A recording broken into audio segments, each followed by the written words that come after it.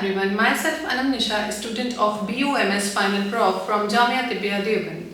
Welcome to our channel Rahnumai Tib. In this video, I am going to discuss about diet in pregnancy, what to eat and what to avoid in pregnancy. अब हम pregnancy की बात हो रही है तो हम पहले ये बात करते हैं कि एक नॉर्मल 9 मंथ के ड्यूरेशन में एक वुमेन का एक फीमेल का कितना वेट गेन होना चाहिए। अगर फीमेल हेल्दी है तो उसके अंदर normal weight gain 10 to 12 kg होना चाहिए। अगर वो बहुत ज़्यादा ओवरवेट हैं, ओबेज हैं, तो उनके अंदर 7 to 8 kg वेट गेन होना चाहिए। और अगर वो बहुत ज़्यादा अंडरवेट हैं तो उनके अंदर 13 to 14 kg वेट गेन होना चाहिए। ये एक नॉर्मल क्राइटेरिया है। अब हम बात करेंगे इस वीडियो में कि हमें क्या चीज़ खानी चाहिए, किन चीज़ों को अवॉइड करना चाहिए ड्यूरिंग प्रेगनेंसी, जिससे मदर और बेबी दोनों की हेल्थ अच्छी रहे। तो इसमें सबसे पहले हम बात करेंगे high fibre diet. High fibre diet की वजह से हम बहुत ज़्यादा वक्त तक फुलफिलिंग रहते हैं। और दूसरी चीज़ ये होती है कि इसमें ड्यूरिंग प्रेगनेंसी बहुत ज़्यादा फीमेल्स को कॉन्स्टिपेशन की शिकायत हो जाती है। तो हाई फाइबर डाइट लेने से कॉन्स्टिपेशन काफ़ी हद तक उसके चांसेस कम हो जाते हैं। इसके बाद हम बात करते हैं कि ओटमील हमें लेना चाहिए। ओटमील के अंदर आयरन होता है और फोलिक एसिड होता है।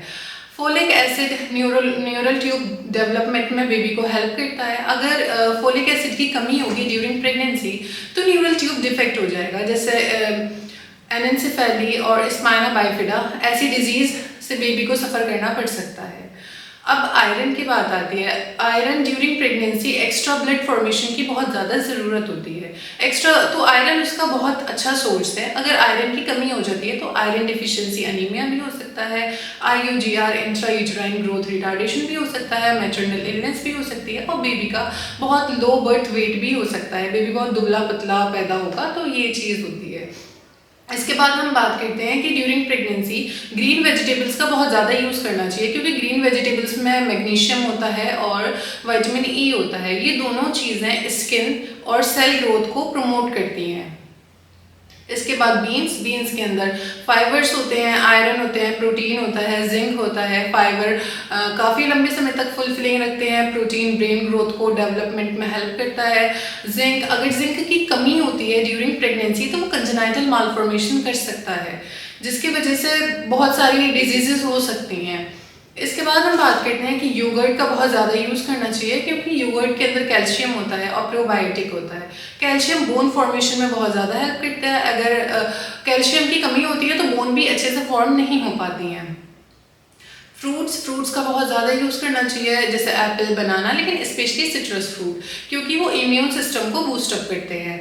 अब हम बात करते हैं कि हमें व्हाट टू अवॉइड, हमें किन चीज़ों को अवॉइड करना चाहिए जिससे मदर और बेबी दोनों की हेल्थ अच्छी रहे, जिससे बेबी को कोई भी ऐसी डिजीज़ नहीं हो, किसी परेशानी से सफ़र ना करना पड़े। सबसे पहले हम बात करते हैं कि fish that contain high amount of mercury. वो फिश जिसके अंदर हाई अमाउंट ऑफ मरकरी होती है, अगर उसको मदर इनटेक कर ले ड्यूरिंग प्रेगनेंसी तो वो न्यूरोलॉजिकल डेवलपमेंट को डिक्रीज कर देता है। उसकी वजह से न्यूरोलॉजिकल डिफेक्ट्स होने के बहुत ज़्यादा चांसेस बढ़ जाते हैं। सेकेंड नंबर पे हम बात करते हैं पाइनएप्पल के अंदर ब्रोमेलिन होता है। ब्रोमेलिन सॉफ्टनिंग ऑफ सर्विक्स करता है, जिसकी वजह से शार्प यूटेराइन कॉन्ट्रैक्शन होते हैं और वो एक मिसकैरेज का बहुत बड़ा चांस बन जाता है, उसकी वजह से मिसकैरेज हो जाता है। इसके बाद हम बात करते हैं कि ये एक मिथ है कि पपाया को यूज़ नहीं करना चाहिए, लेकिन हमें सिर्फ रॉ पपाया यूज़ नहीं करना है। राइट जो पपाया हम यूज़ कर सकते हैं, क्योंकि रॉ पपाया इम्पेयर कर देता है फीटल डेवलपमेंट को, जिसकी वजह से डेवलपमेंट सही से नहीं हो पाता और शार्प यूटेराइन कॉन्ट्रैक्शन होते हैं और वो भी एक मिसकैरेज का बहुत बड़ा चांस बन जाता है। इसके बाद हम बात करते हैं सेकंड नंबर पर अल्कोहल के इंटेक करने से, अल्कोहल का बहुत ज़्यादा इंटेक करने से कैल्शियम और फोलिक एसिड का एब्जॉर्प्शन स्टॉप हो जाता है। अगर कैल्शियम का एब्जॉर्प्शन स्टॉप हो जाएगा तो बोन फॉर्मेशन अच्छे से नहीं हो पाएगा, और अगर फोलिक एसिड का एब्जॉर्प्शन स्टॉप हो जाएगा तो न्यूरल ट्यूब डिफेक्ट जैसी डिजीज़ होने के चांसेस बहुत ज़्यादा बढ़ जाते हैं। न्यूरोलॉजिकल डेवलपमेंट ठीक से नहीं हो पाता है। इसके बाद हम बात करते हैं हल्दी। अगर जो हम नॉर्मल खाने में ले रहे हैं हल्दी, उससे कोई हार्म नहीं होता, लेकिन अगर एक्सेसिव अमाउंट ऑफ हल्दी का यूज़ किया जाता है तो वो भी एक मिसकैरेज का चांस बन सकती है। अनवॉश्ड वेजिटेबल्स और अंडरकुक्ड फूड, इसके अंदर भी बैक्टीरियाज होते हैं, पेस्टिसाइड होते हैं। अंडरकुक्ड फूड की वजह से फूड पॉइजनिंग होने के बहुत ज़्यादा चांसेस रहते हैं, तो इन चीज़ों को भी हमें बहुत ज़्यादा अवॉइड करना चाहिए।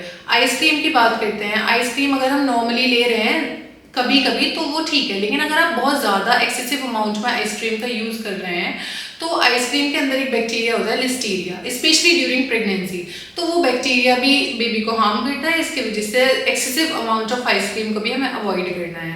इसके बाद हम बात करते हैं ब्रिंजल की। ब्रिंजल के इंटेक से during pregnancy neurological development effect हो जाता है, उस पर इफेक्ट पड़ता है और उसकी वजह से भी बेबी का ब्रेन ग्रोथ अच्छे से नहीं हो पाता।